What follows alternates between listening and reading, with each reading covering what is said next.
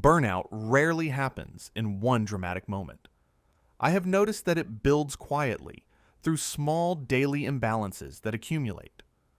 When I studied people who seemed to work consistently for years without collapsing mentally or physically, I saw patterns in how they structure ordinary days. This is what their daily routine tends to look like, and I will explain why each part matters. I wake up without immediately exposing myself to chaos. People who rarely burn out protect the first part of their morning. I have observed that they do not begin the day by reacting to messages, emails, or social media. When I start my day by consuming other people's demands, my nervous system enters reactive mode instantly.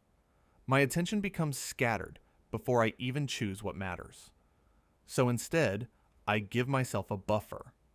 Even 15 to 30 minutes without external input changes my baseline.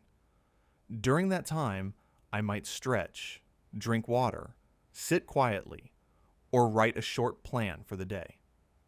This matters because the first stimuli of the day set the tone for my nervous system.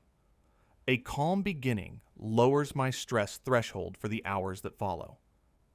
I define one main priority before noon. People who avoid burnout do not try to do everything at once. When I attempt 10 important tasks in one day, my mind remains partially attached to all of them. That partial attachment drains energy because my brain keeps context switching. Instead, I choose one task that truly matters. I commit to moving it forward significantly before noon.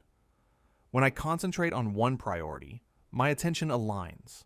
Alignment reduces internal friction. Reduced friction preserves mental energy. I work in focused blocks with real breaks. I used to believe that pushing for hours without stopping was productive. Over time, I realized that continuous output without recovery reduces quality and increases irritability. People who sustain high performance for years respect cognitive limits. I work for a set period, often 25 to 50 minutes, and then I step away briefly. During the break, I move my body or look outside instead of scrolling. This matters because attention functions like a muscle. Short recovery intervals allow the nervous system to reset. Without resets, mental fatigue accumulates and turns into burnout. I control stimulation intentionally. I have noticed that constant notifications and background content make my brain feel busy, even when I am not doing difficult work. People who avoid burnout reduce unnecessary input.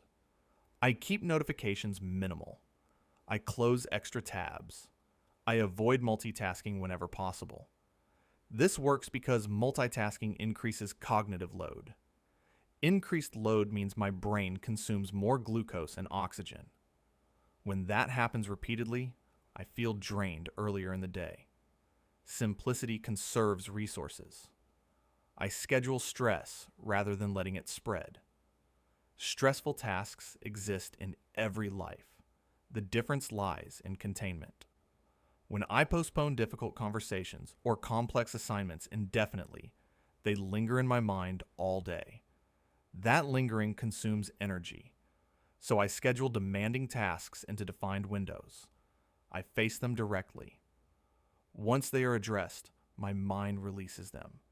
Contained stress is easier to recover from than vague, ongoing stress. I eat and move with stability. Burnout is not purely psychological.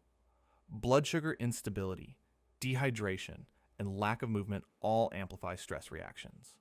I make sure to eat at regular intervals and include protein to stabilize energy. I move daily, even if it is only a long walk.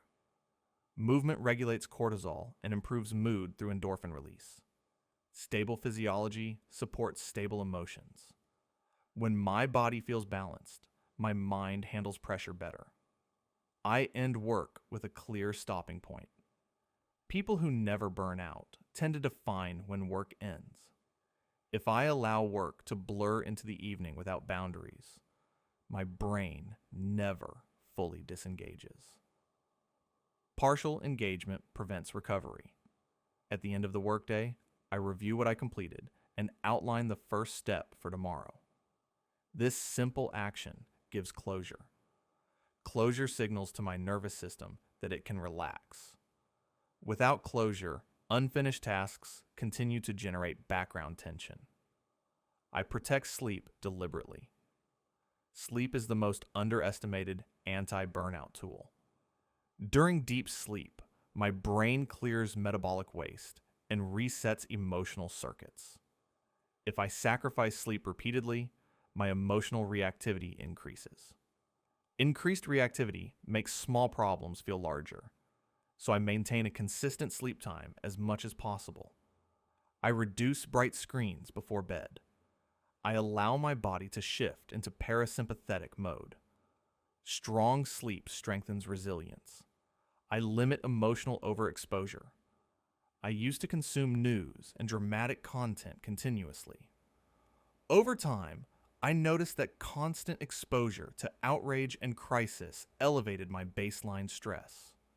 People who remain steady are selective about emotional input. I choose what deserves my attention. This selectivity matters because the brain reacts to perceived threats, even if they are distant. Reducing unnecessary emotional triggers lowers cumulative stress load. I maintain at least one non-productive activity daily. Burnout often emerges when identity becomes entirely linked to output. I make time for something that has no performance metric, such as reading slowly, walking without headphones, or having an unstructured conversation. These activities restore intrinsic motivation. They remind me that value is not only tied to productivity. Psychological flexibility protects against chronic exhaustion. I reflect briefly instead of ruminating endlessly. At the end of the day, I may review what went well and what could improve. I keep this reflection short and concrete. Extended rumination prolongs stress chemistry. Focused reflection produces learning without extending tension. Over years, these small habits create a rhythm. Burnout is not caused only by working hard. It is caused by working hard without recovery, clarity, boundaries, and regulation. When I align work with rest, stimulation with quiet, effort with recovery, my nervous system remains adaptable rather than overloaded. If you want to apply this today, start with 3 steps. First, create a morning buffer of at least 15 minutes without reactive input. Second, choose one priority and complete a focused block on it before checking secondary tasks.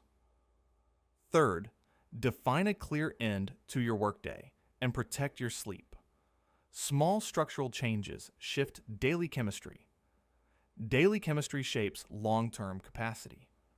Burnout develops through accumulation. Resilience also develops through accumulation. I also notice something psychological. Burnout increases when identity becomes tied only to output. If my sense of worth depends entirely on performance, then every setback threatens my identity. That threat triggers stronger stress responses. So I make room for activities that have no performance metric. Reading slowly, walking without headphones, talking to someone without multitasking. These moments remind me that I exist beyond productivity. People who never burn out do not live in permanent urgency. They allow ordinary moments to exist without filling them with input. Another habit I practice is ending the workday intentionally. If I stop working randomly, my mind continues spinning. So I take 5 minutes to review what I completed and define the first step for tomorrow. This creates psychological closure. Closure matters because the brain dislikes unfinished loops. When loops remain open, they resurface during rest. By defining the next action clearly, I reduce overnight rumination. Emotionally, I try to respond proportionately rather than dramatically. When something goes wrong, I ask myself how significant it will be in a week. This question reduces emotional amplification. Lower amplification means shorter stress duration. Shorter stress duration protects energy. Burnout is not simply about workload. It is about unregulated cycles of effort without restoration, urgency without boundaries, stimulation without quiet. When I look at people who work hard for decades without collapsing, I see consistency more than intensity. They do not swing between extremes of overwork and total depletion. They maintain moderate, repeatable patterns. That moderation protects the nervous system. If you want to start applying this, I would begin with 3 changes. I would protect the first 20 minutes of your morning from reactive input. I would choose one meaningful priority daily and complete a focused block on it.